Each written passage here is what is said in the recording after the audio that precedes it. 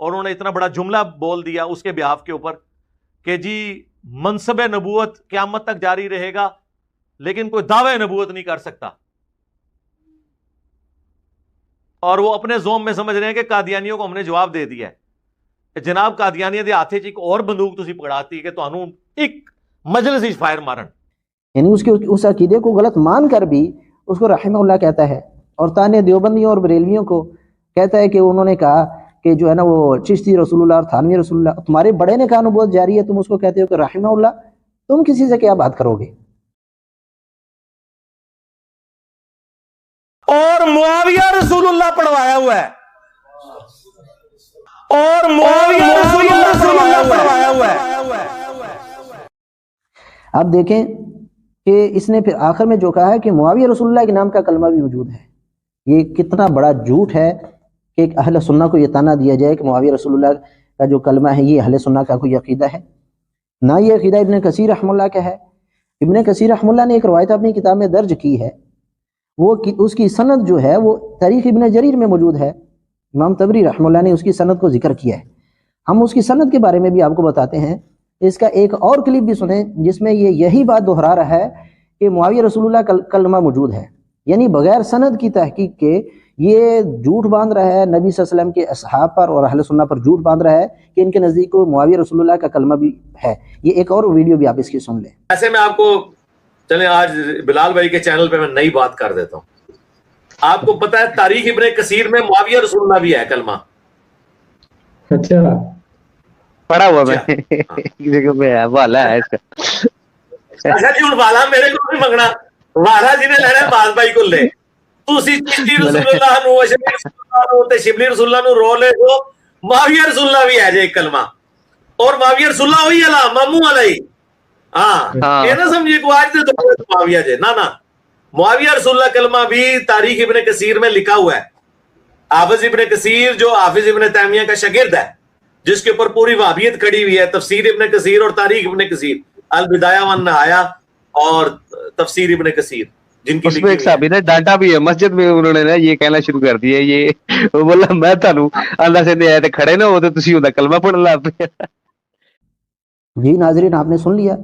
یعنی یہ بار بار لوگوں کو دھوکہ دیتا ہے کہ معاویہ رسول اللہ کا کلمہ بھی ہے، معاویہ رسول اللہ کا کلمہ بھی ہے، حالانکہ یہ روایت جو ہے البدایہ والنہایہ میں ابن کثیر رحمہ اللہ نے ذکر کی ہے، اس نے خود بھی اس کتاب کا سکین لگایا ہے، اور البدایہ والنہایہ جو ہے قطر سے چھپی ہوئی، اس کے حاشیہ میں لکھا ہے کہ یہ روایت ضعیف ہے، اور اس کی وجہ بھی لکھی ہے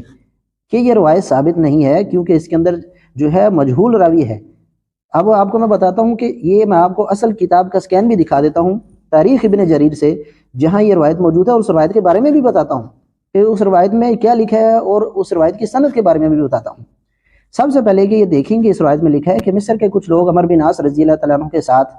معاویہ رضی اللہ تعالیٰ عنہ کے پاس آئے، تو انہوں نے کہا، عمر بن عاص رضی اللہ تعالیٰ عنہ نے کہا کہ معاویہ رضی اللہ تعالیٰ عنہ کو پسند نہیں کرتے، آپ ان کو جو ہے وہ خلافت کا سلام نہ کہنا۔ تو وہ لوگ داخل ہوئے، ان میں سے ایک بندے کا نام تھا مصری کا ابن الخیاط، اس نے داخل ہوتے ہوئے کہا السلام علیکہ یا رسول اللہ، اور پھر لوگ داخل ہوتے گئے اور سارے کہتے گئے السلام علیکہ یا رسول اللہ۔ ان الفاظ کو سننے کے بعد عمر بن عاص رضی اللہ تعالیٰ عنہ نے اس ضعیف روایت کے مطابق، ہم اس کی سند پر بھی بات کرتے ہیں، عمر بن عاص رضی اللہ تعالیٰ عنہ نے کہا لعنکم اللہ، اللہ تم لوگوں پر لعنت کرے،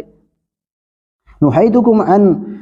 میں نے تمہیں منع کیا تھا ان تسلموا علیہ بالامارہ، کہ تم ان کو خلافت کا جو ہے وہ تم ان کو خلافت کا اسلام کہو، میں نے تمہیں منع کیا تھا، تو تم نے کیا کیا وسلمتم علیہ بالنبوہ، تو تمہیں نبوت کا اسلام کہنے لگے، یعنی تم معاویہ رضی اللہ تعالیٰ عنہ کو السلام علیکہ یا رسول اللہ کہنے لگے۔ اس پر تو عمر بن عاص رضی اللہ تعالیٰ عنہ نے لعنت کی ہے، اور مرزا کا یہ جو حماد جیمہ اس کا مقلد ہے، اندھا جو ہے جاہل، یہ گدھا کہتا ہے کہ اس صحابی نے کہا کہ میں نے تو تمہیں یہاں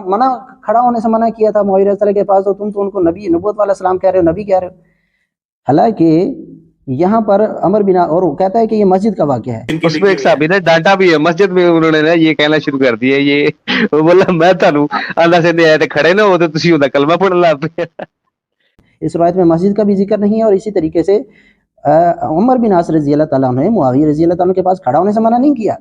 بلکہ ان لوگوں کو کہا کہ تم لوگوں کا پر لعنت ہو، میں نے تمہیں کہا تھا کہ ان کو خلافت کا اسلام نہ کہنا، اور تم لوگ ان کو کیا کر رہے ہو، نبوت کا اسلام کہہ رہے ہو۔ یہاں تو عمر بن عاص رضی اللہ تعالیٰ عنہ اس ضعیف روایت کے مطابق بھی رد کر رہے ہیں ان لوگوں کا، لیکن مرزا کہتا ہے کہ ان کے بڑے جو ہیں وہ معاویہ رسول اللہ کے کلمے پڑھاتے رہے۔ بھائی کون پڑھاتا تھا؟